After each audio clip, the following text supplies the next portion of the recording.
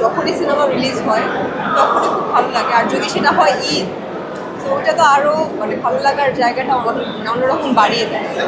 তো ঈদে আমার টগর সিনেমাটি আসছে, খুব ভালো লাগছে এবং খুব এক্সাইটেড বিকজ অফ আমাদের আমাদের মুভির প্রত্যেকটা গান বলি, প্রত্যেকটা যেটা আসলে মেক করা হচ্ছে, ট্রেলার, টিজার কিংবা যেগুলো আসবে, পোস্টার, সবগুলো একটা মানে বুম টাইপের কিছু। সো খুব এক্সাইটেড।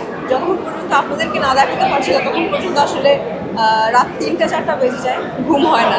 যখন আপনারা দেখবেন তখন আসলে মনে হয় শান্তি মতো একটু প্রপার ঘুম দিতে পারবো। আমরা দেখেছি আব্দুল আজহারের চরিত্রের প্রয়োজনে নানা সময় নানা ধরনের আইটেমগুলো নিয়ে থাকে চরিত্রের অনুযায়ী, ওয়েট গেইন করা, ওয়েট লুজ করা। এই এখন দেখতে পাচ্ছি অনেকটাই আগের তুলনায় ওয়েট লুজ করা আসলে কি টগরের জন্য নাকি নতুন কোনো ক্যারেক্টার আবার করতে করার জন্য আব্দুল আজহারের প্রিপারেশন হচ্ছে? এর আগে ব্ল্যাকম্যানের জন্য ওয়েট গেইন করেছি, যথেষ্ট মুটিয়ে গিয়েছিলাম। সো এটা আসলে টগরের জন্যই। যেই কাজগুলো আসলে আমি করি, যখন যেই কাজগুলো করি সেটা দিয়ে আসলে মগ্ন থাকি। আমি একটার মধ্যে আরেকটা কাজ নিতে পারি এবং নিলেও আমার মাথায় ওটা ঢুকে না। সো আমি একটা কাজে ফোকাস থাকি। সো এখন যেহেতু টগর সিনেমা কেন্দ্রিক আছে, সো টগরের জন্যই এখন আসলে একটু ওয়েট লুজ করেছি। আমি যদি এবার একটু জানতে চাই যে সেলিব্রিটি চ্যাম্পিয়ন্স ট্রফিটা হয়ে গেল, রাজভাই চ্যাম্পিয়ন হয়েছে, আমরা প্রত্যাশা করেছিলাম এবারে হয়তো আপনাকে পাবো, সেখানে পাইনি। আসলে কারণটা কি?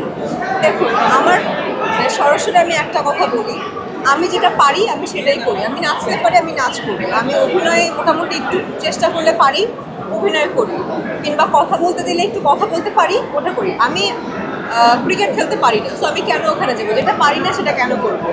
সো আমার কাছে মনে হয় যে যখন যেটা পারবো কিংবা প্রপারলি আপনাদেরকে দেখাতে পারবো, অডিয়েন্সদেরকে দেখাতে পারবো, সেটা আসলে করবো। আর যেটা না পারি সেটা করে আসলে ট্রোল হয়ে লাভ নেই। সো আমি যেটা পারি না সেটা করতে যাওয়ার চেষ্টা করি।